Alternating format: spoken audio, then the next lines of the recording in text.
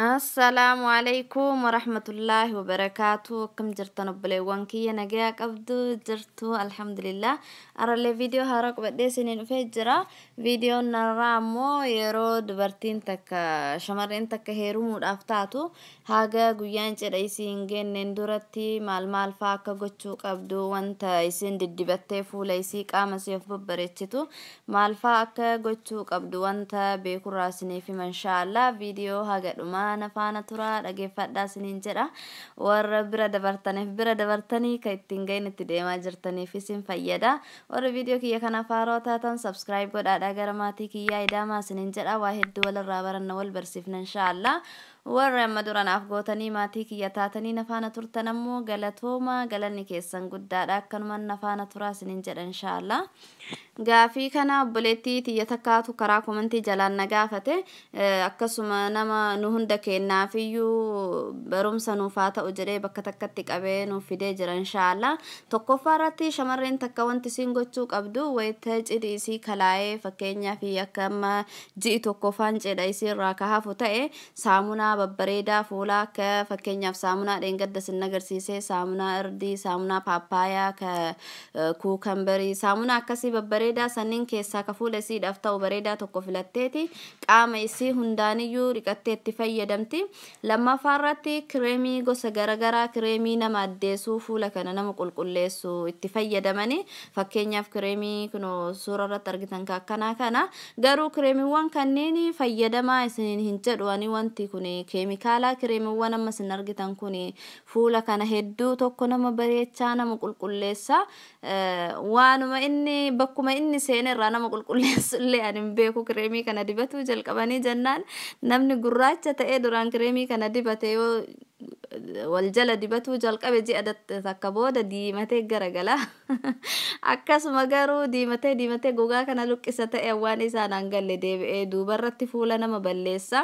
fuulli isa nama baratee jennaan illee isa malee namaan jedha garuu kireemiin kun bareedaa mitan itti fayyadamaa isiniin hin jedhu sin ajaju garuu irra baay'inaan dubartiin takka yeroo heerumuudhaaf taatu wanta akkasii waanuma isii bareechu barbaaddee dibatti waan ta'eef barumsa isiniif haa ta'u achumaan miidhaa isaallee irraa beekaa jechuuf isiniif himaa jira kanaaf bareedaa miti yoo fuulli nama baratee nama balleessa akkasuma nama diimessee boodarratti fuula nama jalaa balleessa garuu yeroodhaaf nama diimessa wanta namni hedduun itti fayyadamu kanaaf isiniif hime garuu bareedaadha jechuu kiyyaa miti ammas yeroo cidha isirraa cidhi as kalaa'ee torbaan lama yookaan torbaan sadii akkas hafe manaa gadi hin baatu mana teetti namni hundiyyuu akka naannoo inni itti guddatetti aadaa garaagaraa faa qabaatuun mala garuu akka naannoon itti guddadhetti yeroo shamarreen takka cidhi isii kalaa'ee buliin 15 torbaan sadii torbaan lama akkan hafe manaa gadi hin baatu mana teettee manuma teetteeti wanta adda addaa dibatti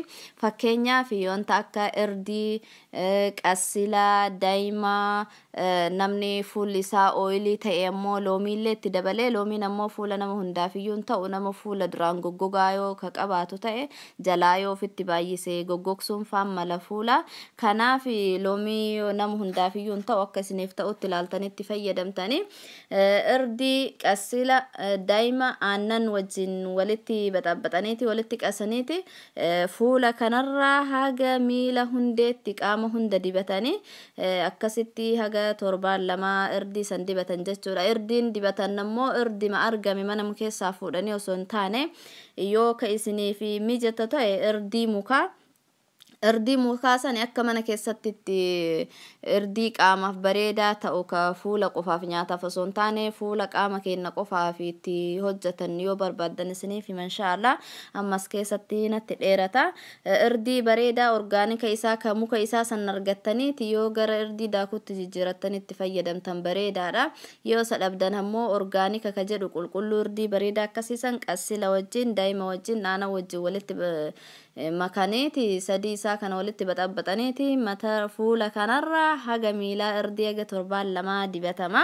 Akkasuma ammas wayita torbaan tokko hafe amma cidhaa fi jala bultii cidhaa torbaan tokko qofa irraa hafe dubbiin jabduun bakka kana dubbiin jabduun bakka kana akkuma yeroo duraa san irdii galgala qaama isii hunda dibatteeti wanta irdii wajjin walitti dabalteeti qaama isii hunda kana dibatti eegasii qayya seenti. Qayyi akka naannoo keenyatti hedduu tokko beekamaadha. Faayidaan isaalleen hedduu tokko wanta himamee dhumu miti. Oromiyaa bakka hedduu keessatti hin beekama. Qayya seenteeti qayya saniini ibiddarra teettee dafqi baay'een nafa kana keessaa ba'ee irdii wanti isiin dibatte sun qaama isii kana hunda siitiyyuu keessa seena. Qaami isii kun dhiqamee dafqi keessaa bahee dhiqameeti qulqullaahee bareeda. Osoo irdima saniyyuu dibatuu baattee qayyuma qofa yarrayyuu teettee qayyi qaama namaa kana hunda saatiyyuu dhiqee inniyyuu kophaa saata irdii nama deebessa nama bareecha warri qayya beeytan jedhee yaada. Innumtuyyuu akka irdii nama qulqulleessee nama bareechee lafa nama ka'a. Yoo irdii sanii walitti dabalamee jedhee ammoo waanuma wanta biraatti hajamaniyyuu itti barbaadaniyyuu nama hin barbaachisu. Qayyi faayidaan isaa qaama namaa kana qulqulleessee bareechee dafqa xurii qaama keenya keessa jiru kan hunda saatiyyuu dhiqee qaama keessaa gadi baasa. Akkasuma humnallee hin kennaaf dubartii hin jajjabeessa akkasiin jajjabaattu godhama. Duraan biyyatti wanta jedhamuuti. Haalaan qayyattee akka gaangee saggaartee torbaan tokkoof utaaltaa wajjin jedhani dubartiin takka yoo qayyattee jettu akka gaangee saggaarteetti utaalti torbaan tokkoof hin dadhabdu hin jabaatti waan mana isii kana keessa akka fedhii isitti hojjetti jedhama. Humna namaa kenna akkasuma nama bareechaa nama qulqulleessa akkasuma qaama namaa kanallee walitti dhiphisa. Keessattuu warri abbaa manaa qabdan ka carraa argattanii naannoo qayyaa jiraattan ka akka kenna biyyan baa kanatti baatanii qayya dhabdanii itti hawwaa jirtan rabbiin nagaan biyya keenyatti nu haa galchu. Garuu ka argattanii naannoo keessan jiru carraa qabdaniif fayyadama bira hin taa'ina. Dubartiin abbaa manaa qabdu qayyatti fayyadama siniin jedha qaama keessanillee walitti siniif dhiphisaa bareedaadha nama gargaaraa jaalala teessaniif abbaa mana keessanii sirriitti walitti sinii harkisa. Osoo wanta biraa himaa jiru kana biraa fudhatee naan kutuuf ta'a qayyi akkasitti torbaan tokko wayitee sinii hafee galgala haga isiniif danda'ame tokko yeroo tokkotti deebitanii lamatti deebitanii galgala akkasitti qaama keessan irdii dibattanii haga guyyaan cidha keessanii ga'utti irra teettanii qaamni keessan hedduu tokko isinii bareedee bilillee deebitan jechuudha.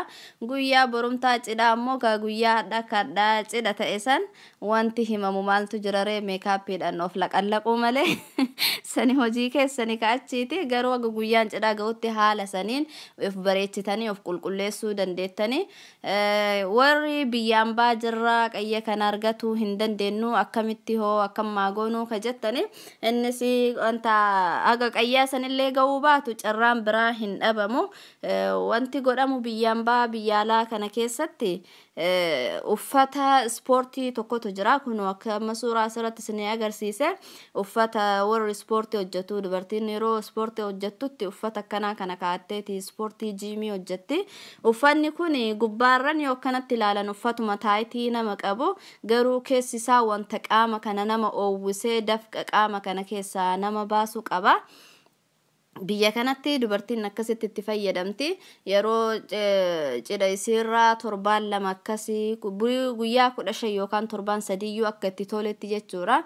Ga'ee jedhu uffata kana bitatteeti akkuma amma isiniin jedhe wanta qaama isiidhaaf ta'u irdii waanuma isin qaama keessan isiniif bareechu wantaan irdii jedhuufi irdiin gogaa walitti butamellee hin diriirsaa fuula namaallee hin bareecha. Yeeloollee nama deebisa qaama namaa kana hin bareecha. Kanaaf irdii jedha irra hedduu nama irdiitti fayyadama saniif irdiif qassila kana walitti dabalaniiti akkanatti qaama isaanii hunda dibata warra biyya alaa jiru. Kanaaf eegasii uffata kana kaataniiti mana keessa deemanii uffanni kun hin waan ta'eefi qaama namaa kan owwiseeti akkasuma akka irdiin qaama keenya keessa gadi seenu godha. Karaa sanii wayita dafqinee jennu qaama dhiqatan jechuudha. Akka biyya kanaatti illee uffata kanatti fayyadamanii eegasii wayita cidhi gahee qayyi silaa hin jiru qayyi biyya kana wayita cidhi gahee guyyaan 3 yookaan guyyaan 4 akkana gahee bakka deemanii birriidhanii nafatti dhiqataniitu jira. Bishaan siyaana biyya kanatti wanta jedhamullee ani hin beeku garuu bakka deemanii qaamatti dhiqatan ka elektirikiidhaan mana oowwaa nama keessaa gadi baasu mana akkasii san seenaniiti wanta dibataniitu jira. Wanta san dibataniiti qaamni namaa kun oowwee dafqee akkuma qayyaati jechuudha. Qayyi wanta aadaa kennan hawwata kennarraa arganne yoo ta'u kun wanta teknooloojiin nuu fide. Bishaan bakka san keessa seenaniiti akkasitti dafqi namarraa bahee qaamni namaa kun qulqullaa'ee jedhe qaama dhiqatanii gadi ba'anii akka wanta gogaan kun dhiqamee xuruuramee namarraa gadi bahee qaamni namaa kun addaatee wayita achi gadi ba'anii jijjiiramaniiti gadi ba'anii qulqullaa'anii bareedanii xuriin nafa keessa nama jiru hundi isaatiyyuu karaa dafqaatiin alatti gadi ba'ee bareedaniiti gadi bahan burcuqqoo fakkaataniiti jechuudha. Haala kanaan akkasitti of bareechuu dandahan jechuudha biyya ambaa keessa jiru kanatti. Garuu biyya arabaatti wanta fayyadaman hin beeku akkasumallee ta'uu mala isinumti odeeffadhaati irra gahaadha. Wallahi ka biyya alaa kana jedhee isinii himuu hin danda'u garuu duraan hiriyaan takkiitiyya takka yaadadha dhiirsisii yeroo gaafa nu biyya jirru wayita biyya jiru muka qayyaa bitaniiti caccabsanii xixiqqeessanii muranii itti kennanii akkasiin itti fayyadamtullee ani hin beeku. Eegas isiidhaaf geessanii yookaan biyya arabaa kana akka itti fayyadamanillee jiraatu hin oolu. Irra baay'inna isaa waan bakuura jedhanii wanta mana keessa aarsatan itti fayyadamanii fi sanillee karaa itti fayyadamaniin qabaatu hin oolan hin beeku. Biyya faranjiinu keessa jiru kanatti xiqqishuu tokko aarri mana keessaa ba'ee jennaan manni namatti iyya poolisii namatti yaamoon akkasiisan fayyadamuu hin danda'ani carraa akkasii hin qabnu. Kana fakkaataa haala kanaan karaa aadaatiin ta'ee karaa ammayyaatiin ta'ee haala kanaan of bareechanii osoo miidhaa qaama ofiirra hin geessini karaa salphaadhaan karaa dafqa ofirraa qulbaasuudhaan qaama qulqulleessuudhaan bareedanii garagalanii maal jedhan mushurraa miti aruusitti bareedduu fakkaatanii gadi bahan jechuudha. Kana fakkaata inshallah viidiyoon irra isiniif qopheesse gaafii yoo qabaattan karaa komentii jalaatiin naaf kaa'aa yaada keessanis akkasumatti dabala. Isinis wanta beektan akkasumas jalatti nuuf barreessaa walirraa baranna wal barsiifna inshallah. Haga viidiyoo biraatiin walitti deebinutti har'aaf assalaamu alaykum wa rahmatullahi wa barakaatuh.